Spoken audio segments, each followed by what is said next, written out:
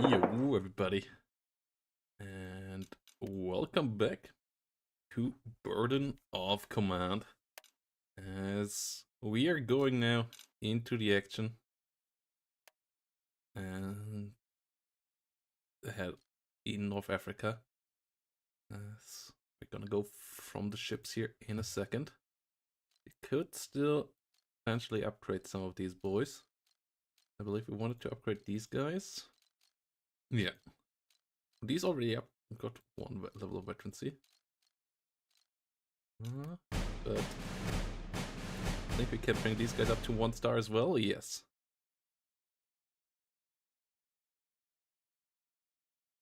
Okay. This is looking good. And now we're gonna continue our journey. As we just got to North Africa now. So let's get into this.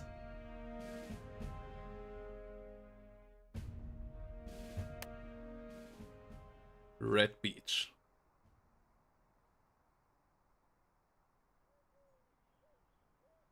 Eighth of November, 1942, Morocco.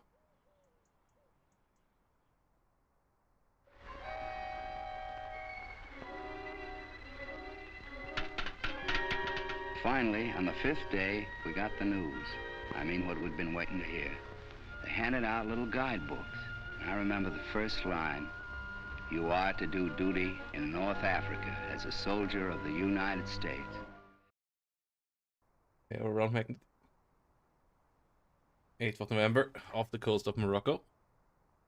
We were green as grass. Thought that just being on that ship was It's been 4 hours since you landed. You loaded up. The men have long since given up being dry, let alone war. The platoon hunkers down in the crumbling belly of the landing boat, huddled together quietly in the moonless dark. Sprays of ocean wave surge over the bow. The rumble of the engine pitches upward. The boat enters yet another slow turn, and the agony of the delay spreads across the tense faces of your green troops.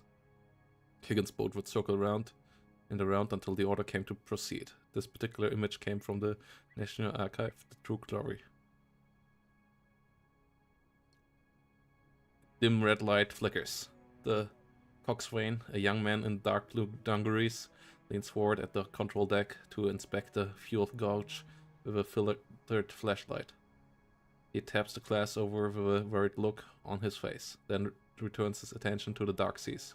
Both hands he shifts the control wheel to keep the boat steady in the mid of flotilla landing crafts whose engines are far quieter than your own.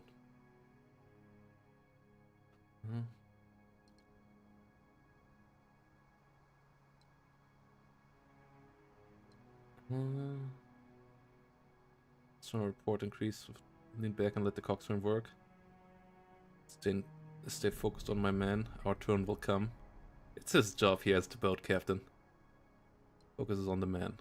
The coxswain stares over at top of your man and across the bow, intent on the seas ahead. Behind him lie the silhouettes of the invasion fleet, black against the starlit sky. White waves surge as other landing boats make a radical turn. Engines deepen their growl in the distance. The coxswain throttles up. See if Private Roberts has held down his Navy shell.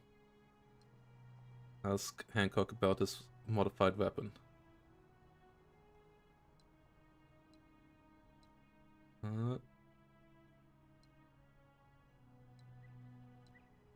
Let's ask him about the weapon. We locate Hancock at the front of the craft, right at the prow. He's taking in the spectacle like it was a carnival, heedless of the slam of waves and constant spray.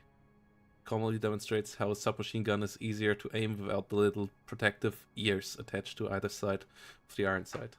That simple change put the people in the right frame of mind. Okay. Rumble like a freight train passes overhead. A fountain of water bursts into the night sky. White flashes shatter the darkness of the shores. Shells scream overhead toward the transports you left behind. Private Roberts hastily finishes puking over the side. He's now completely done with his breakfast. Sergeant Grant leans over the private and asks loudly above the din, "You alright, Roberts?" "How could I not be?" Private Roberts replies. He tries out a weak smile, clearly more for Grant's benefit than his own. "I'm off that rusty bathtub of a ship, and no one's shot me yet. This is about as good as it gets, Sarge." The man is certainly less than enthusiastic. Barrett Hancock eases back to Robert's side. "Come up front. The air's better there, trust me." Hancock waits for your approval before he grasps Robert's shoulder and guides his friend towards a place at the bow. Yeah. That stream was something. I had a tournament game coming up that my opponent wasn't getting back to me, and I was like, okay, and I started shooting it. Right then he got back to me. The engine sputters, dying down to a low rumble. You turn to see the coxswain having the wheel over the helm with all his might, eyes wide in terror.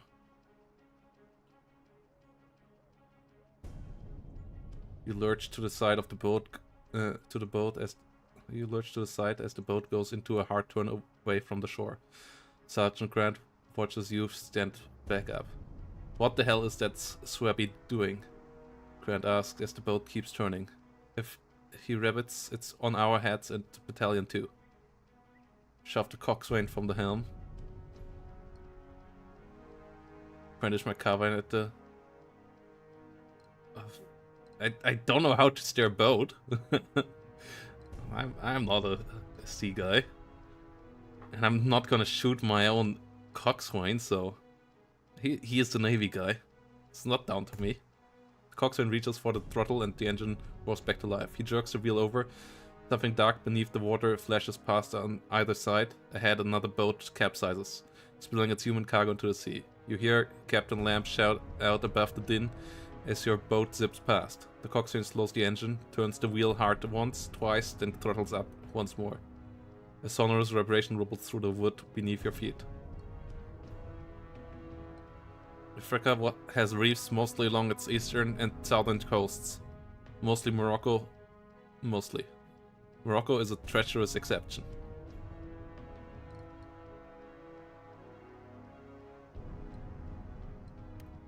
A reef. Not on the maps, the coxswain says, tirelessly, never taking his gaze from his task. Madre Dios, I'm glad it is past. The vibration slowly fades away. He takes a deep breath, clears his throat, and at last looks to you. 100 yards from landing, Lieutenant. What once seemed like a pale line on the horizon is now a vast expanse of starlit sand. We will be exposed until we reach the dunes. We must move fast, move inland. The hull shudders beneath you. The coxswain throttles back the engines, and in the quiet afterward he yells, "Debark now!" I see sand. Private Hancock yells from the bow and then leaps over the side. Go, go, go. US troops made complete success of landing anti-tank batteries and other equipment on French Morocco Beach. That guy... Why is he falling like that? That doesn't look clean. Lead them over the side. Go, go, go. Your men pour over the sides, splashing into the flooding water. After a moment, you follow. The moment you drop into the surf, the chill of the ocean numbs your toes. The awful stink of gasoline thickens the air as you struggle onto the sand. All around you lie wrecked boats and sprawled men. This is a big snafu, Patterson grouses as he crawls forward, belly against the sand. Half the French army is shooting at me. Gee, Morris replies as he hugs the beach just as a few feet away. Maybe they're tired of your flapping gums already. Getting ashore is only the beginning. This particular photograph was taken near Algiers, 8th November 1942. For these lucky soldiers, there was no shooting as the French did not fire. For the cotton ballers on Red Beach, it was different reception. You blink aside the sting of salt spray and spy a huddle of men just a few yards off. Sergeant Grant is among them, his features etched by flashes of distant gunfire. Lieutenant! Sergeant Grant calls to you. First and second squad are here, but third squad scattered itself out good. Can't even find Roberts. 20 odd men from your platoon. A bare 2 squads of greasy, salt-splashed soldiers. Like Patterson said, snafu. Situation normal, all effed up. Corporal Crossley passes his bar to his assistant, then recovers a 30 cal that dangles from a wrecked boat, adopting it into a platoon arsenal of democracy. Just like that, you've got a machine gun support. Ocean waves crash in, drenching your men afresh. You have to get them moving. Off the beach, let's go. Third squad, first platoon, rally on me. Shout a prepared surrender demand to the French. Ooh. Fuck of war. Rally third squad.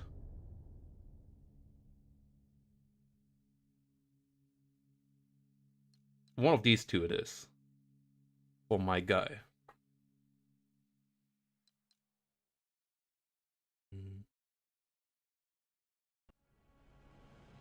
I think we're gonna go with this. The squad is supposed to organize itself. Scripted French spills from your lips and flares across the beach, with the aid of a weighty naval megaphone. From the darkness, a curse in French is shouted. A burst of machine guns rounds follow. Your men huddle atop the wet sand until the fire lifts. One thing is for certain, the French are not easily impressed. Figure abruptly strides a close. In the flare of the distant guns, you catch sight of an American helmet bearing a set of silver oak leaves. Lieutenant! The lieutenant colonel calls as he foregoes his way toward you, heedless of the chaos all around. Colonel, sir. That I am, Lieutenant Colonel Moore replies, evenly as a salvo of shells scream overhead. Don't recognize you, son. Who are you with? The metal rattle of the machine gun fills the air once more. A panicked scream rises, high and raw, before being cut short. Oh, I'm with you, sir? No. We are the Pathfinders for 3rd Battalion. Nickel Company, right? Lieutenant Colonel Moore considers. A slight grin increases his features. Well, as of now, you are working for me. Understood? Yes, sir. Excellent, Lieutenant Colonel Moore replies. Right now, I need you to lead these men like you've never left the saddle. Afterward, if you... The crack of machine gun fire drowns out whatever the Lieutenant Colonel was going to say next. He stabs a finger towards the flashes on the rise that looks the beach. Go get that son of a bitch before he stitches up any more of our men. That is definitely in order. Take out the machine gun position. Suffer no more than light casualties. Okay, we have a 30 cal.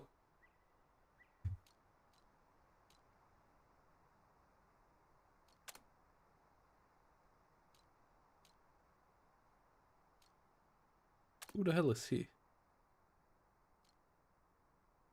Oh, that's Moore himself, okay.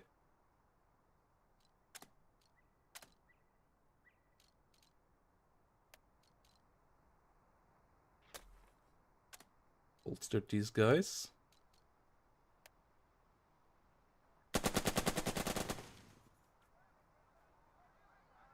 They're panicked? No, they're flanked.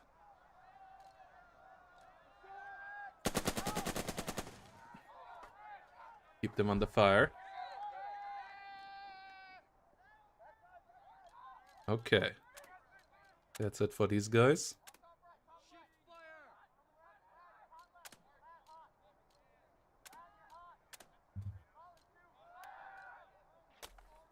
Bolster these guys.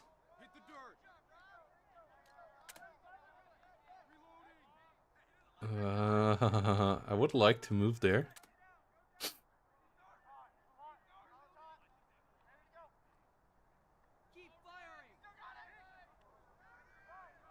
We hopefully pinned them down, didn't we? Okay, they failed the morale check.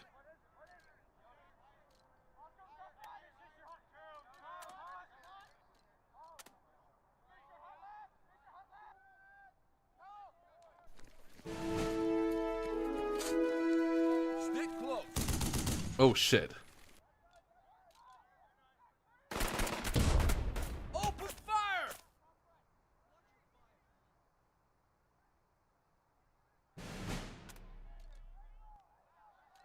Okay. Fire! This guy can hopefully bolster these guys. Yes, he did.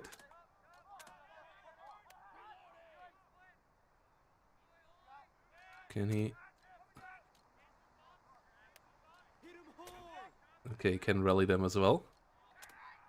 Okay, this means that they're ready next turn. MGs did good. The Cav squad here, he is stressed out as well. Okay.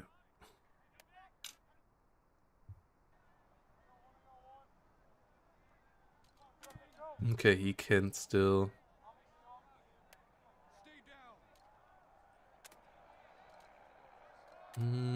Actually, let's move you up there. Please don't get shot.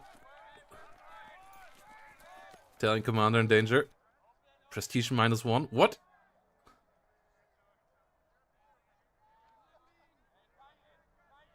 He didn't get shot.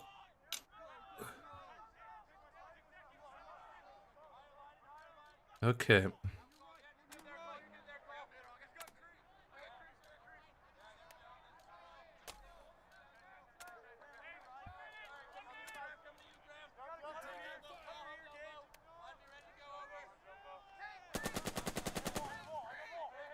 Can we stress them these guys down?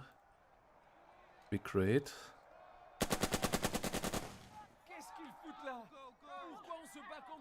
They hunker down.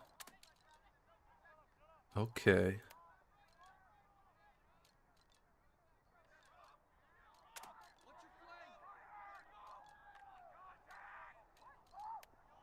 Both cities already? Okay. Dégage! On a déjà suffisamment d'emmerdes! Come on. Get these guys moving. Good. Bordel de merde! Come on already!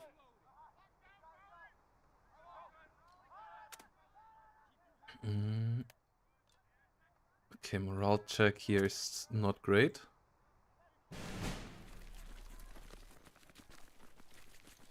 Now, this would be a rear charge, right? Okay. Go hand to hand. Come on. Failed. Ah. Really? Ne prendre pas la pipe!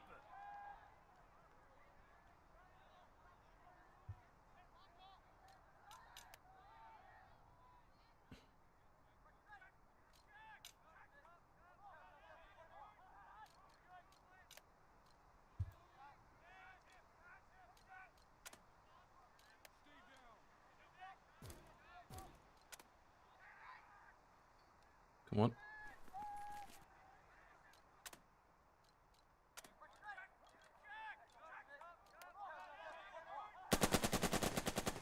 Fire!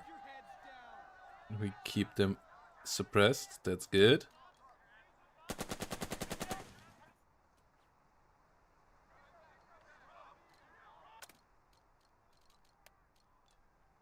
Ah.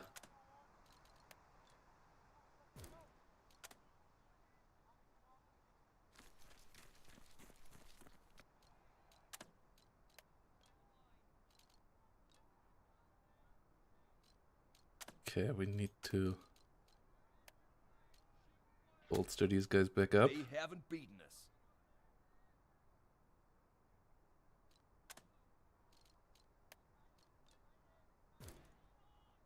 And then see. Ah.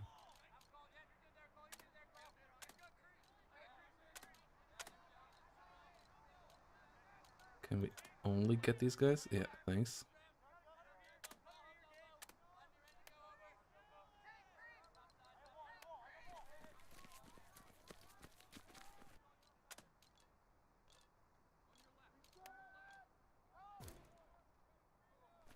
Okay, these guys go hand to hand. Sweet Jesus, let's go! No resistance. Hey! Forgot the French. Okay. That's the start. Now we can't push up there.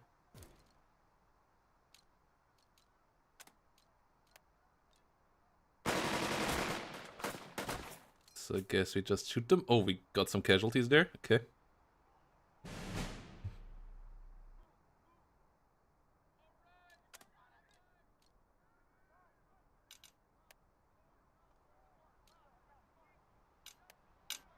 Two turns remaining.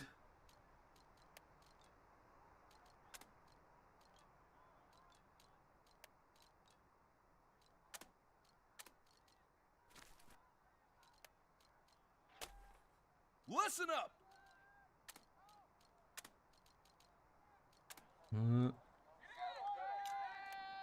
Shoot these guys.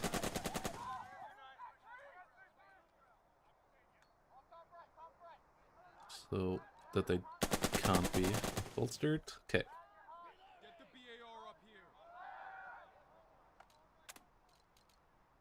And then one of you... Come on. Really? Still?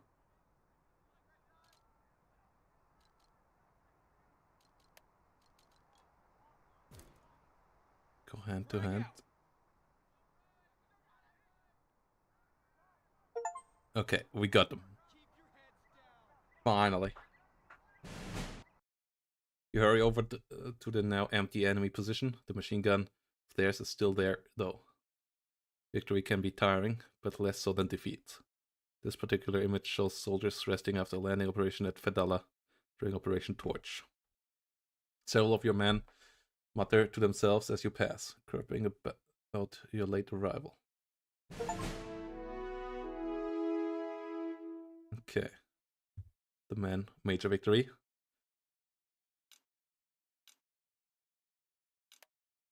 Let's go on. Off Casablanca stood the convoy from America. To the troops aboard spoke their commander, General Patton. Soldiers and sailors, it is not known whether the French African army will contest our landing. But all resistance, by whomever offered, must be destroyed. However, when any of the French soldiers seek to surrender, you will accept it and treat them with the respect due a brave opponent and future ally. Remember, the French are not Nazis or Japs.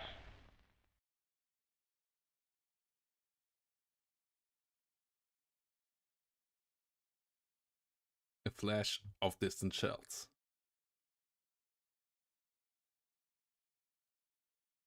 Boat after boat crashes onto the shores. The men stagger and collapse with relief. Near the broken, empty machine gun, cigarettes are lit by shaking guns. Sergeant Grant immediately shuts at them to snuff the flame. You order pickets set to warn against any counterattack, while Grant supervises an inspection of salt-encrusted equipment and plenty of minor wounds. In the distance, artillery continues to thunder, both incoming and outgoing. The war continues, but right here, right now, you have won your first victory. Where the hell is Roberts anyway? Private Patterson asks between shaky drags on a smoldering cigarette. You're about to enter a crucible.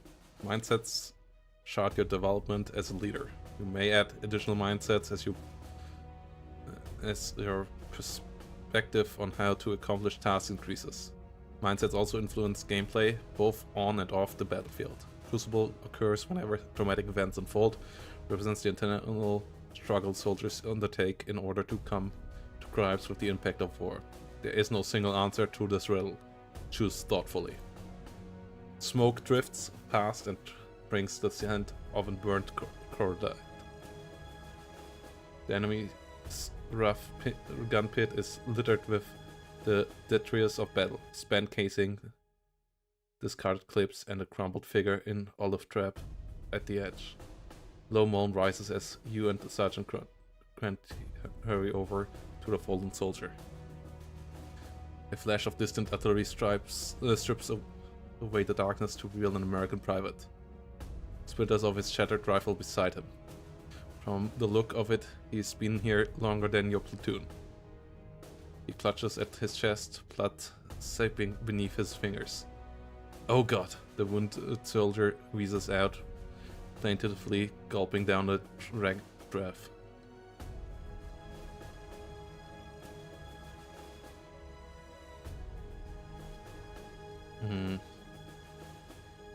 Ooh. We're Americans, right? We find medics. You send your runners out to locate a medic, but their voices are swiftly lost in the rhythm of the pounding waves and the sounds of distant battle. Sergeant Grant tries bellowing your words louder, but not loud enough. The wounded soldier's eyes shift towards you. Lieutenant, his voice is wet and croaking, but it's one you have heard many times before. Hancock? Grant blurts out. You blink hard. Beneath the blood and sand, it is Hancock.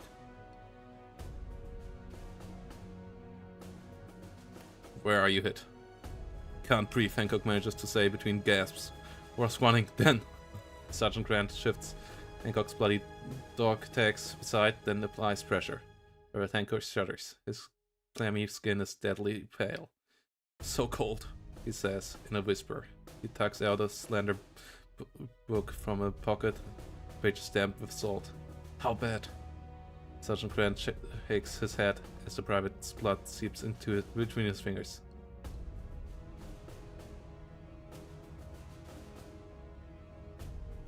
You need a chaplain. Oh, Hancock says, ever so softly. His hand falters, the book falls onto the sand.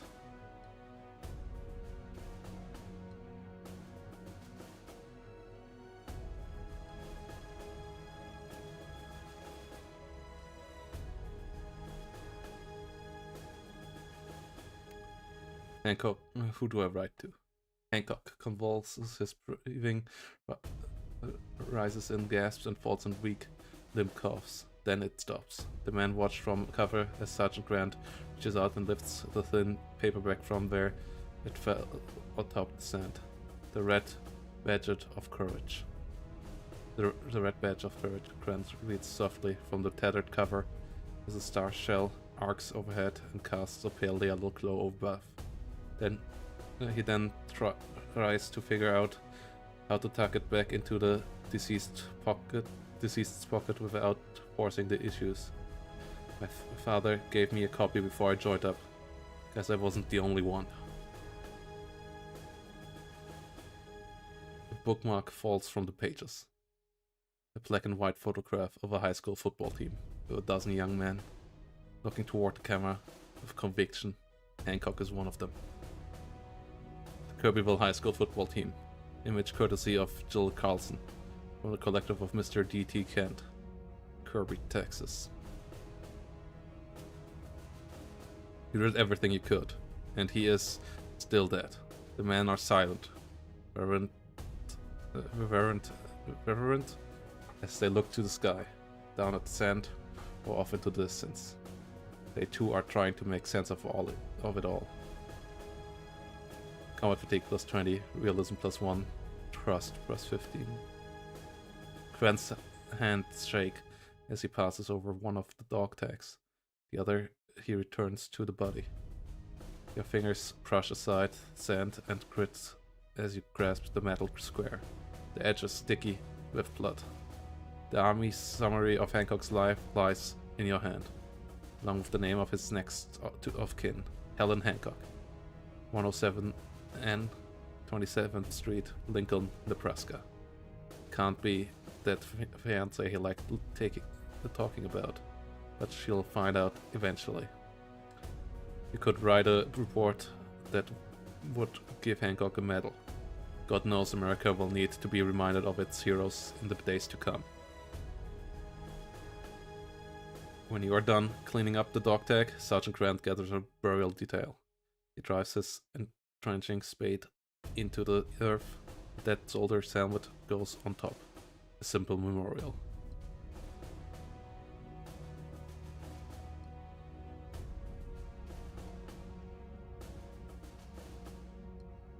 Someone else will get the body home.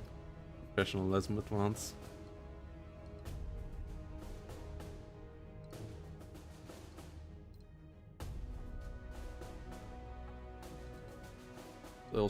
These moments are not for any one man, but for our unit. If I'm not careful, there will be more wasted lives. He died because he couldn't think another way. Someone else will get the body home. Let's go with professionalism. You turn away from Hancock's corpse and get back to your work. Nearby, the men of first squad crouch in the dark as artillery thunders in the distance. They too are thinking about Hancock. They too are trying to figure it out. Hell of a thing, Sergeant Grant says softly. It hits hard, you know, and the younger the guys will be, and the younger guys will take it even harder. I hope I can help them. No one really goes untouched by their first bloody fight. The last war, they called it shell shock and tried to figure out how to treat it so that veteran soldiers could keep fighting. From the Epic of Gilgamesh to present day, soldiers have dealt with the strain of battle in different ways. Every day, every loss will eat away at them, bloating out their joys until they either fall into despair or break. Every time a unit takes, or to a lesser extent inflicts, casualties, they gain combat fatigue. They may also gain it when they are heavily suppressed by the enemy. Combat fatigue persists from scenario to scenario, and the more it has, the greater the chance it will acquire a point of stress that will lower the effective morale of a unit.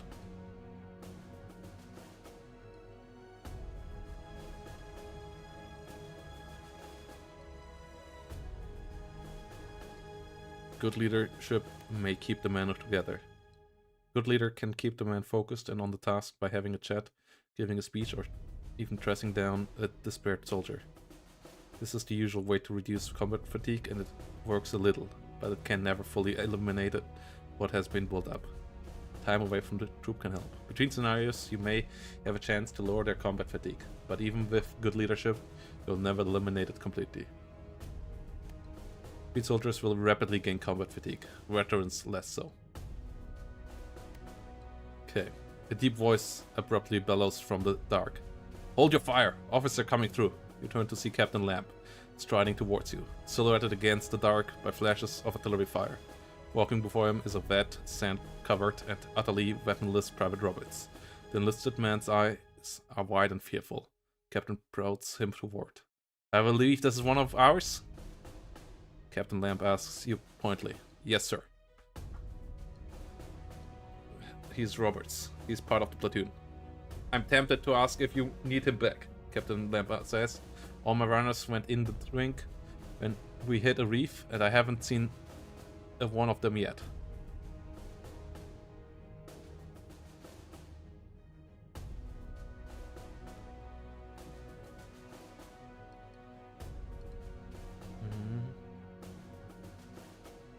He may have lost his weapon, but he's here.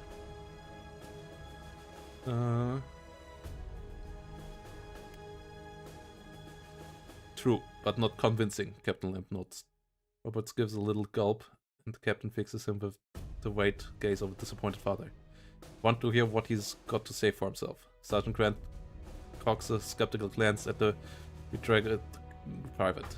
Nearby, Morris and Patterson lean in to listen. On the beach, a new line of Higgins boat slowly gropes its way towards the shore. The place where Hancock's body lies, Robert's friend, is just a few steps away. Robert, Hancock just died trying to take this position.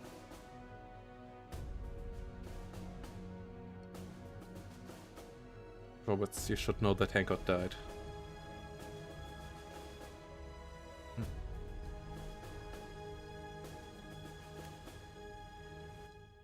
Private Roberts stares at you, eyes blinking in the grey down light. No, he was. He looks to Sergeant Grant. Grant tenders with a small shake of his head. Roberts shoots a glance at Morris and Patterson, but there is nothing funny to be said. At last, Robert turns back to you. Something shifts behind his eyes as he stuffs down the rising anger at the loss of his friend. I understand. Thanks for telling me.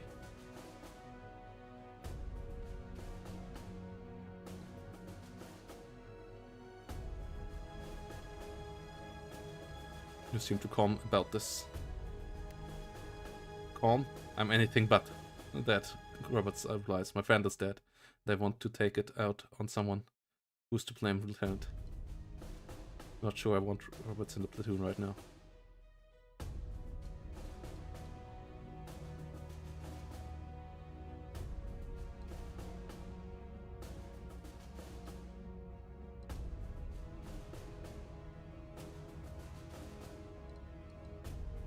Sure, I want Roberts in platoon right now, and my initial feelings. Captain, Roberts shouldn't be here right now.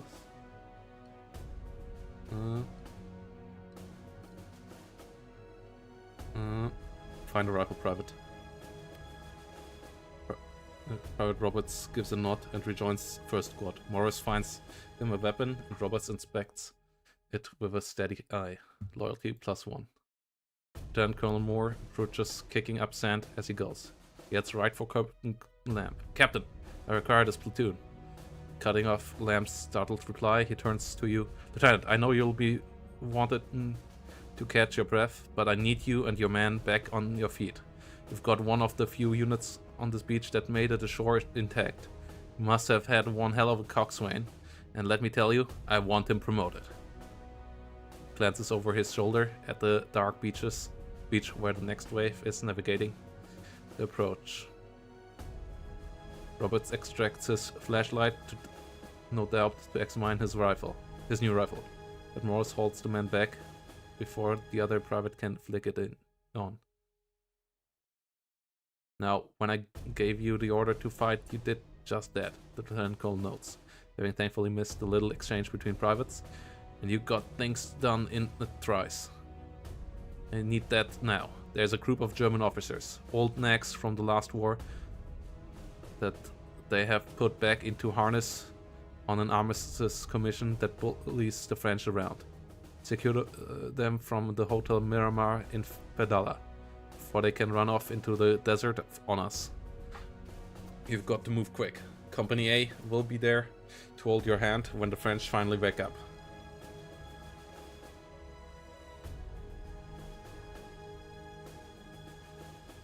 Yes, sir. Good. Get going, Lieutenant Colonel Moore says. Crack of wood heralds yet another boat approaching up on the reef.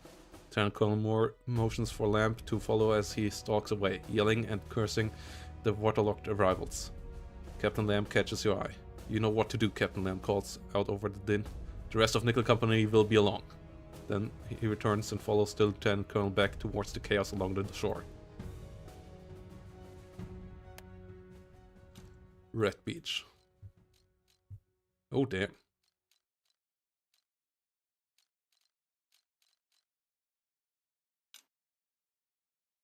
10 loyalty.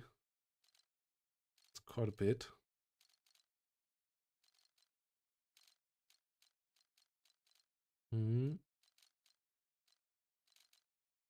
Oh, these guys are nearly upvetted. And these guys can be upvetted to a level 1 as well. And let's get our mortar guys as high as possible.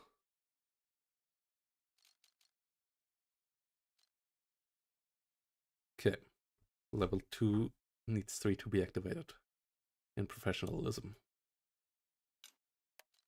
Okay, let's continue our journey.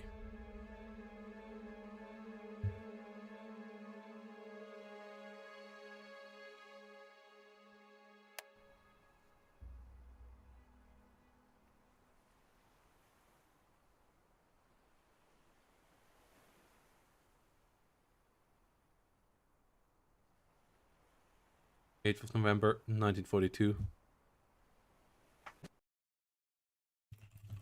It was nothing compared to once we got into combat.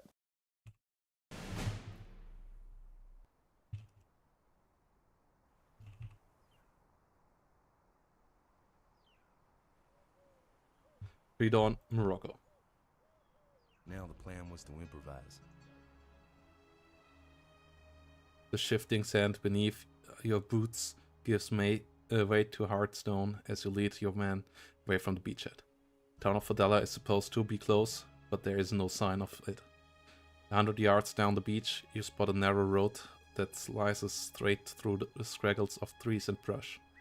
Stiff breeze drives a chill through your still damp uniform, but that wind also sends the charnel stink of the beach, of blood and exhaust your way. Chanel. On the side of the road, the men eagerly take a short break. Several gather around a signpost as one of the bolder men pauses beneath. A red obligateur. Or you know this is still better than being aboard the Bliss, Private Patterson mutters while pondering the sign. I was thinking that from the moment we hit the beach, Private Morris says, remember back in North Carolina when we stuffed the jabbing, Sergeant Grant hisses at the two of them before things get any louder. They'd be a lot less talkative if they knew the truth.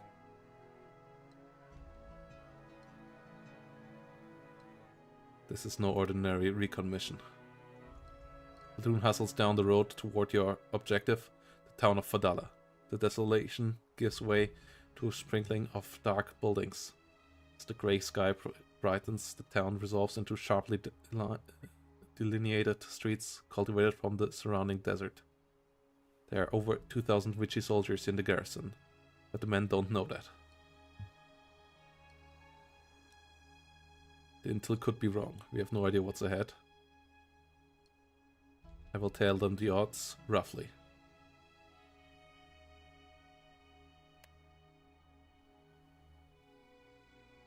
Remind them that the French are close, and in garrison numbers. The muttering that follows tells you what they think of that. Give the order. First squad hustles past the squad little building.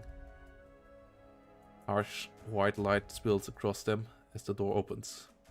Burly figure is silhouetted. Something large is carried over one shoulder. Howard Roberts turns towards the figure. His borrowed rifle rises in the glare.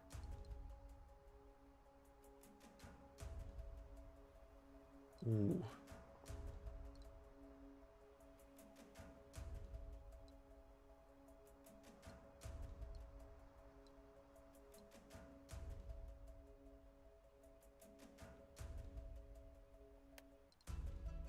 Roberts readily safeties his weapon across the way. The lone figure gives a hesitant but friendly wave despite his burden. Bonjour, monsieur. A very voice calls out in a thick accent. Is that French? Robert asks, no one in particular. Everyone on principle. It sounds like French. Bad French is better than no French.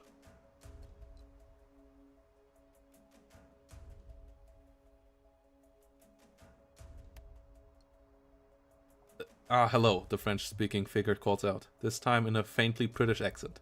The man sets down a meaty burden upon a narrow wooden table outside the building. A boy trots around the corner with a cleaver, but the older man shoos him out of sight and then turns back to you.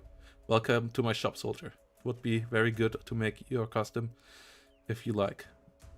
Meat this morning, very fresh.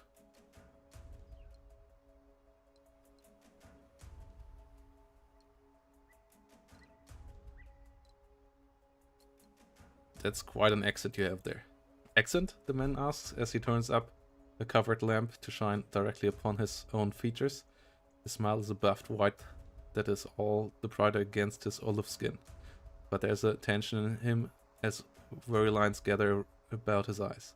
I had not noticed, but then it takes two hands to clap. I'm Abdallah Daoud, your good neighbor. The priest shifts. Smell of blood and foulness comes with it. Far worse than the beach. It is almost overwhelming. A soft buzz of flies surrounds the haunch of butchered meat.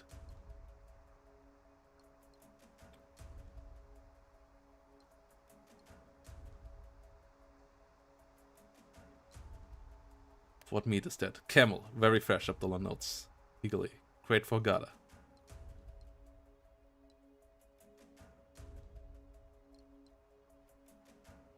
Don't you bleed those out or something? Oh yes, knife to the neck with blessing and care. But your big guns make big mess. Boom, Abdullah explains and sweeps a hand to ward away a fluster of flies. I sell to Mustamin, like you. See, is very fresh. What you can tell me about the Vichy French garrison in Fidala? Vichy? Abdullah says and nearly scratches his head, never see before he remembers where his fingers have been. If you mean the French, then yes, I know Gumizir. Many, headed to beach, on camels. Sand idly pats the bloody meat, idly disturbing a fluster of flies. Can't help but note that he didn't answer the question.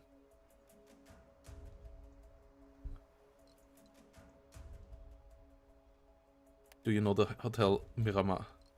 But of course, Abdullah explains. Everyone knows it. Lovely doors. Are there any French guards at guarding the hotel? There are soldiers, yes, Abdullah says, and he licks his lips worriedly. But I could say no, not say more.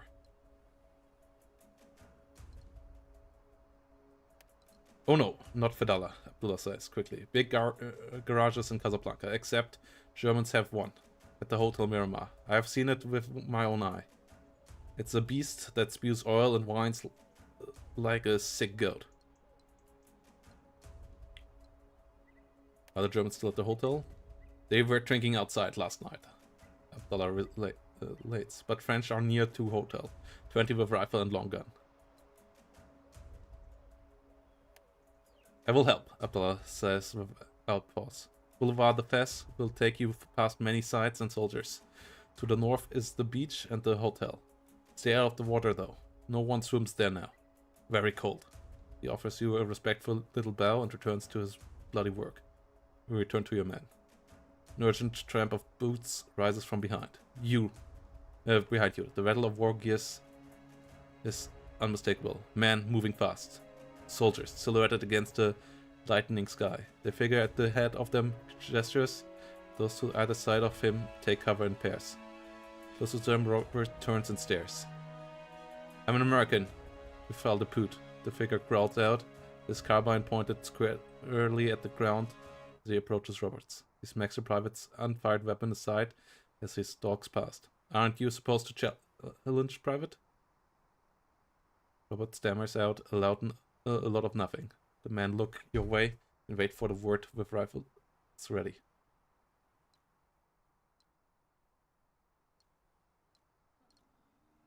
Do you want to be shot? Nope, and neither do you.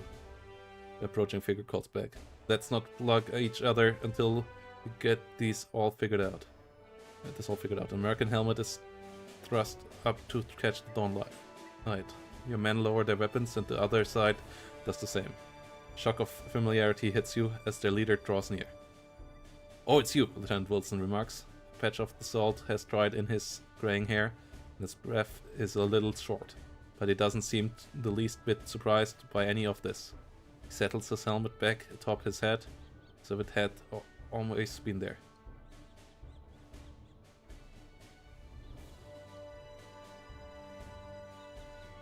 Yeah, I thought I'd have to do this with just one platoon.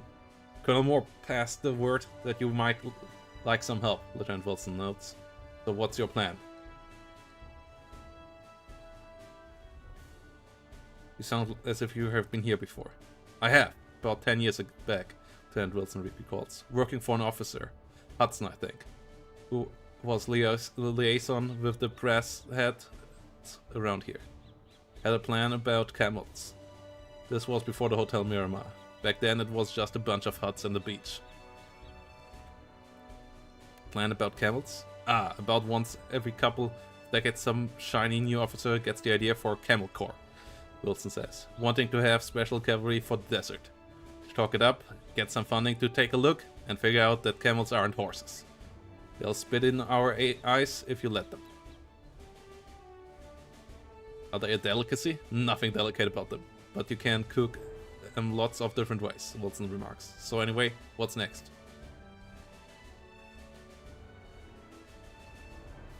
We're to reach the Hotel Miramar and catch any Germans there. The ones from the Armistice Commission, officers and orderlies. Lieutenant Wilson remarks. Let's take a look at the map.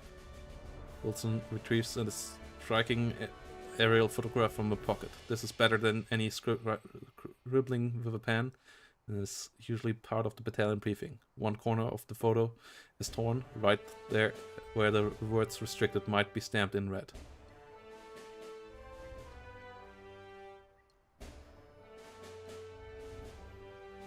Are the French braced up yet? Doesn't look like it, for whatever reason, Lieutenant Wilson says, and idly flicks away a bit of salt from the map. As it rolls in the dawn light, when Sergeant Grant leans in to take a closer look, Wilson readily makes room. As I see it, we should go beachside. I figured they'll figure that the invasion hour has passed and they'll lay up on the roads. Wilson explains. I'm not saying we'll get our choice of Calcio, but if we go all out through town and the Frenchies get wise, we could be in for it. And swinging south is a toss-up.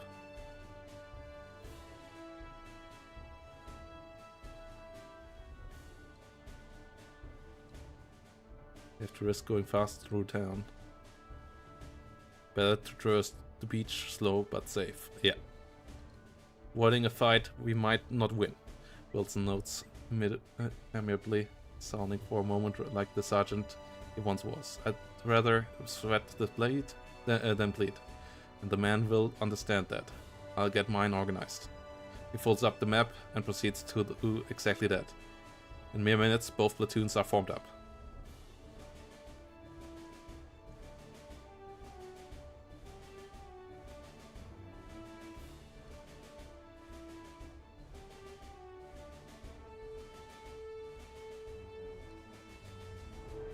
Time to learn the trade.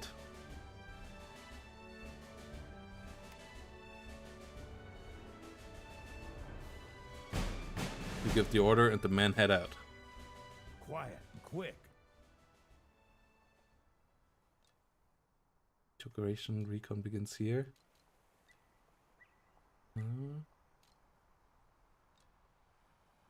Miramar objective. Vichy squads are not prepared and they will only slowly gather their wits till the first shots are fired. Okay.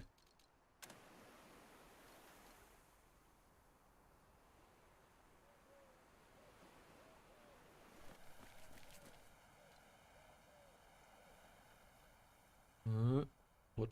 Oh, was the line of sight?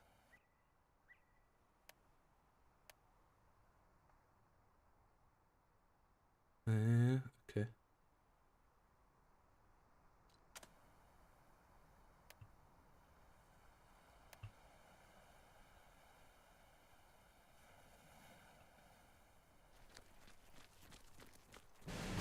The French have prepared sandbags and rifle pits to cover both the road and the beach, but there are no soldiers here to man these rocks, not yet.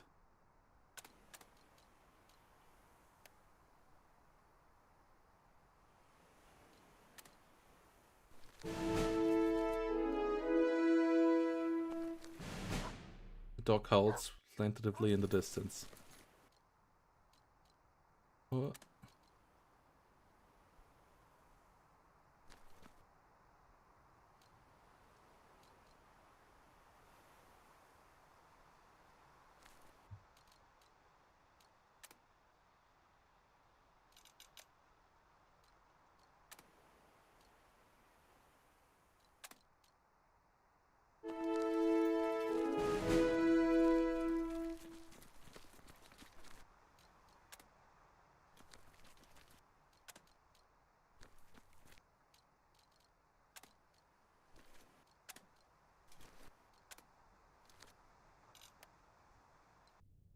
Flashes of distant naval gunfire give rises false thunder beyond the beach.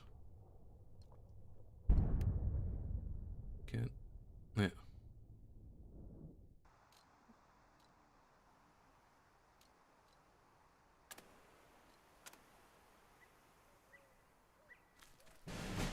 I'd kill for a cup of joe.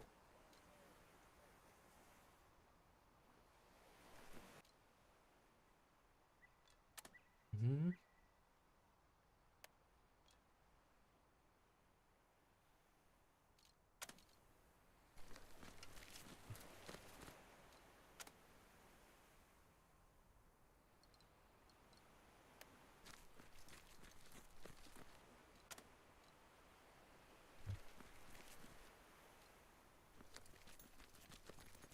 Okay, let's get the MG in that position.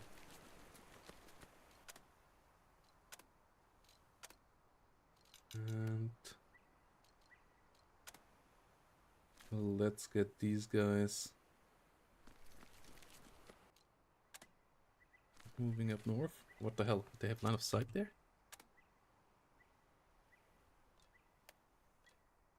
No. Okay.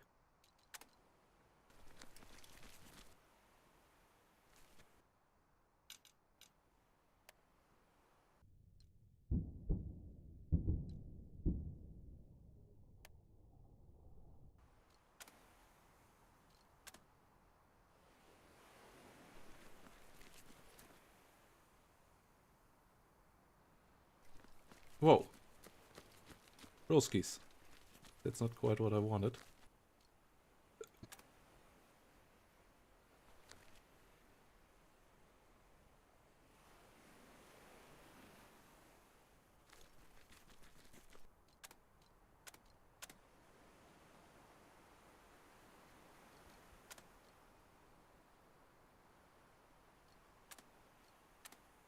Okay.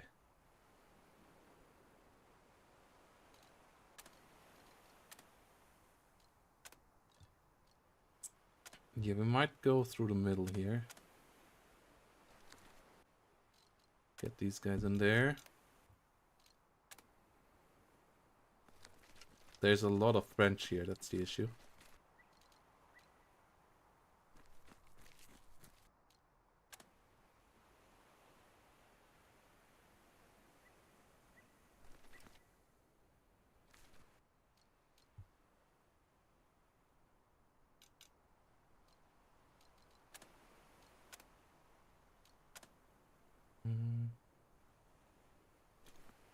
Let's get you moving.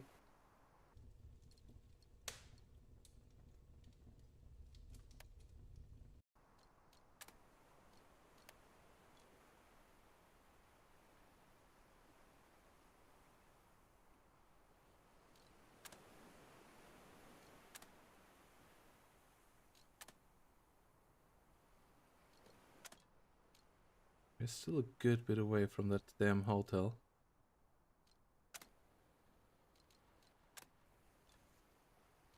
No, no, no.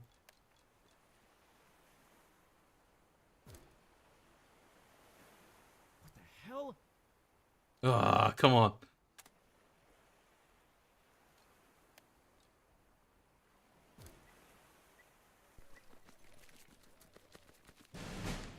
Should have stayed a sergeant. No shots, please. Okay.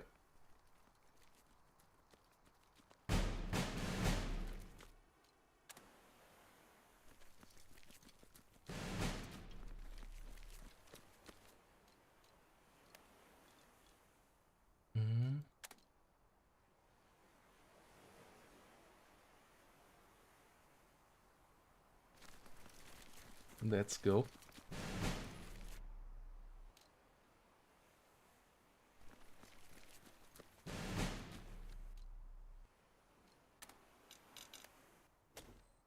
L'honneur est exigeant.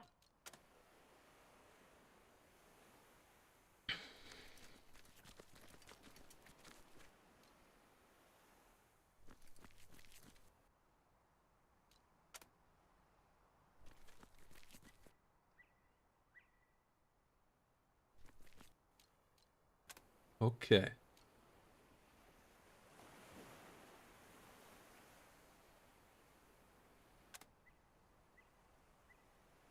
Well, they are not shooting back at us right now, so those charges are kinda okay.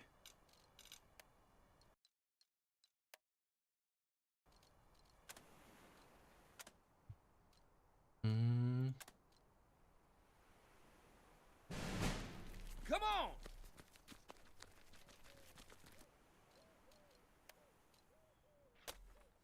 Ready?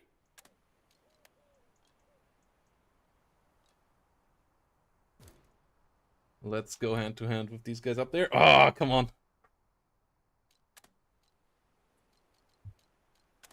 We're out of orders. L'heure est grave.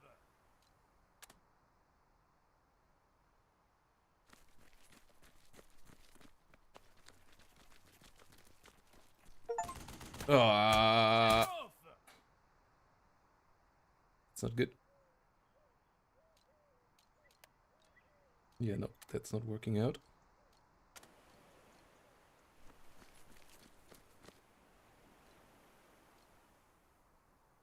The usual snafu.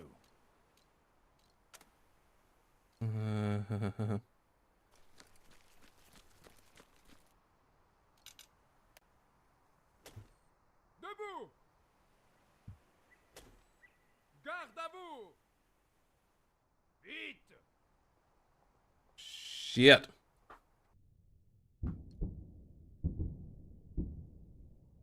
Daylight creeps in, the city awakens.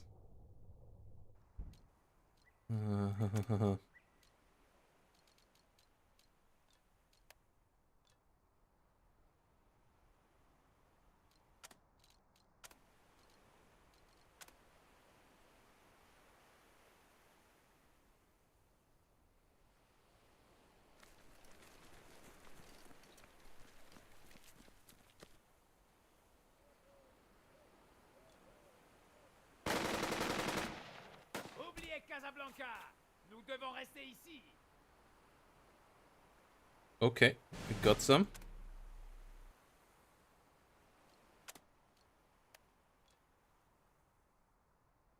They're in a pretty good spot.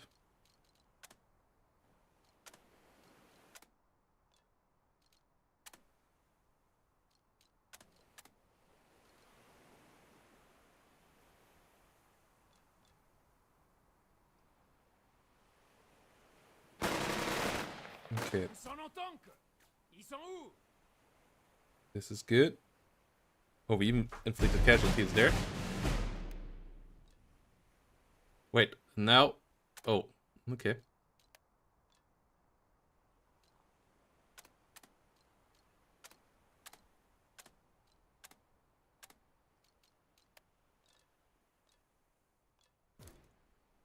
Oh, no, no. Oh, wow, we actually do it. Oh, no, no, no, no, no. Ah, that wasn't... Come on.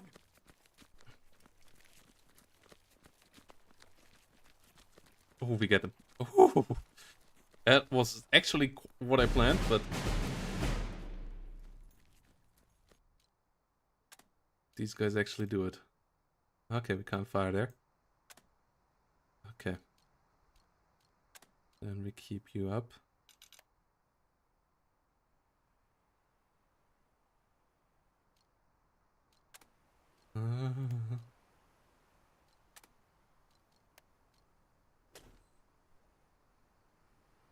You rally yourself. That's good.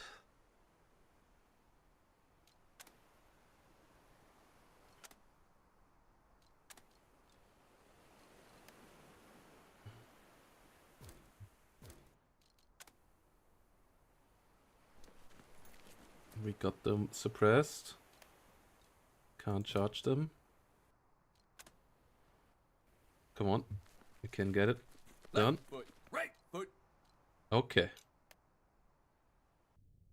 You can clearly see the Hotel Casablanca now. Major Victor will be locked out in 2 turns. Keep moving. Okay, 2 turns. We'll manage. We'll manage. Okay.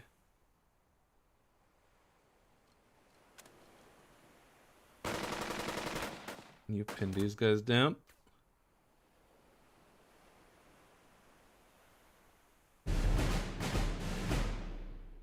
And you guys will move on. Need to get set up. Anyone got coffee?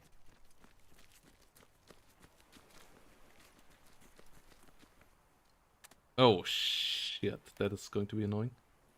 Okay, let's charge them here. Shit. Ah, come on. La France est de notre côté. Avancez.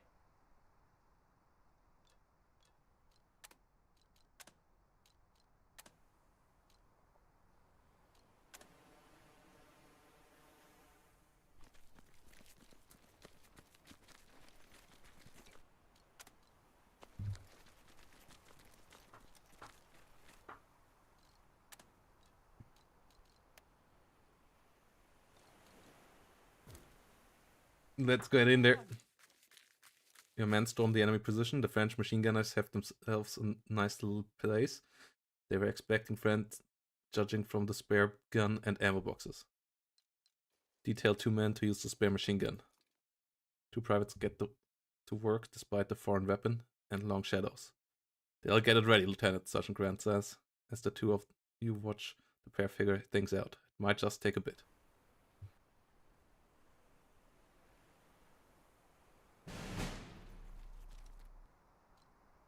So does this squad now? Huh? Return.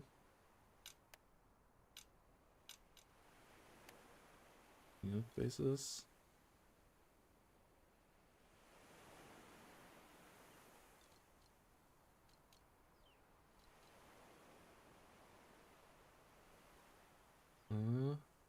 MP's tired. No. Lives 12. Morale. Doesn't give any insight. Okay, these guys here can do what they do.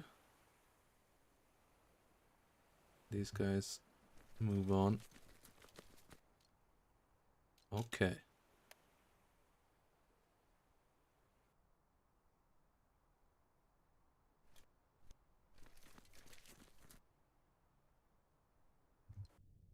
Messenger arrives breathlessly. Lieutenant Wilson says the French are forming up to the south. How many? A platoon, maybe more. Messenger says. Had to happen eventually, Sergeant Grant says. They can't sleep in forever. Not in any army.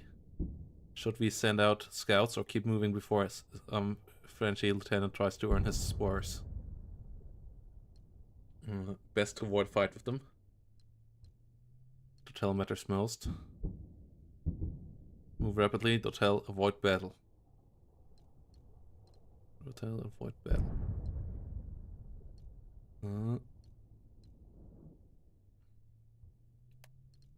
The last thing this mission needs is a trace firefight. Better to avoid that and focus on the matter at hand.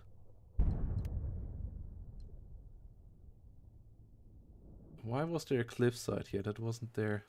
It isn't here. That would have been really helpful. Okay.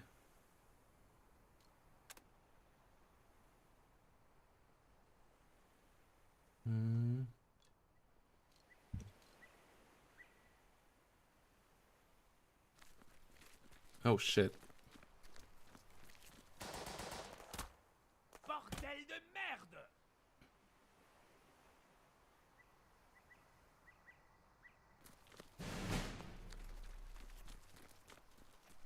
Oh shit. Donnez-leur une pilule amère! No.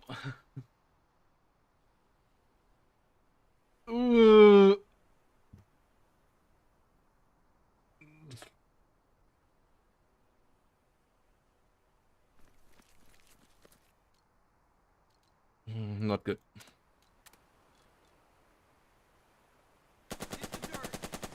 Planquez-vous!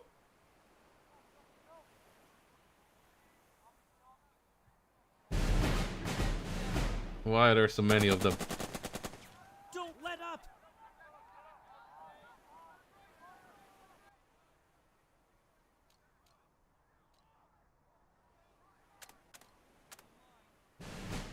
A lot of memories here. Okay. Shift fire! This is kind of annoying. Garde à vous! Faites de votre mieux!